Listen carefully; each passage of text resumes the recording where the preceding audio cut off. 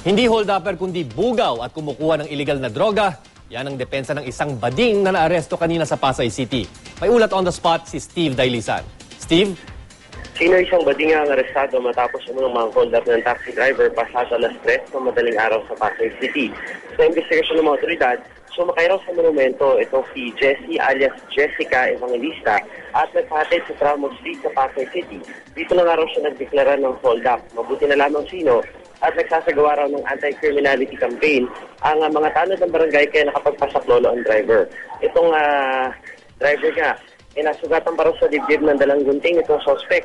Todo tanggi naman na Chino si Alice Jessica sabay-sabing nambubugaw daw siya at umiiskot na pinagbabawal niya gamot at hindi hold-upper. Dati na rin daw siyang nakalaya mula sa munti sa kasong frustrated murder kaya nagbabagong buhay na. Hindi niya raw hinold up ang taxi driver at babayaran naman daw sana kaso nadakip siya ng barangay. Maharap itong si Alice Jessica sa kasong robbery hold-up. Hindi kahit naman ng Pasay Police, particular ni Police Senior Superintendent Rodolfo Llorca, itong iba pang nabiktima ni Alice Jessica na dumulog sa pulisya para makapagsampa pa ng, o para mas mapatibay pa yung kasong inihain laban dito kay Alice Jessica. Chino. Okay, maraming salamat Steve Dailisan.